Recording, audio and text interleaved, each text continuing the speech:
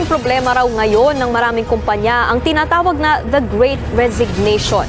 Bakit nga ba dumarami ang mga empleyadong palipat-lipat ng trabaho? Okay, rolling tayo ha. Action! Oh, kasi yung reporter. Paano man nag-resign na yun? Hindi naman, pero kung usapang resign lang din, tila marami ang makakarelate dyan, mga bossing. Ikaw ay empleyado, hindi ka tagapagmana. Kung hindi maibigay sa iyo ngayon, hanapin sa ibang kumpanya.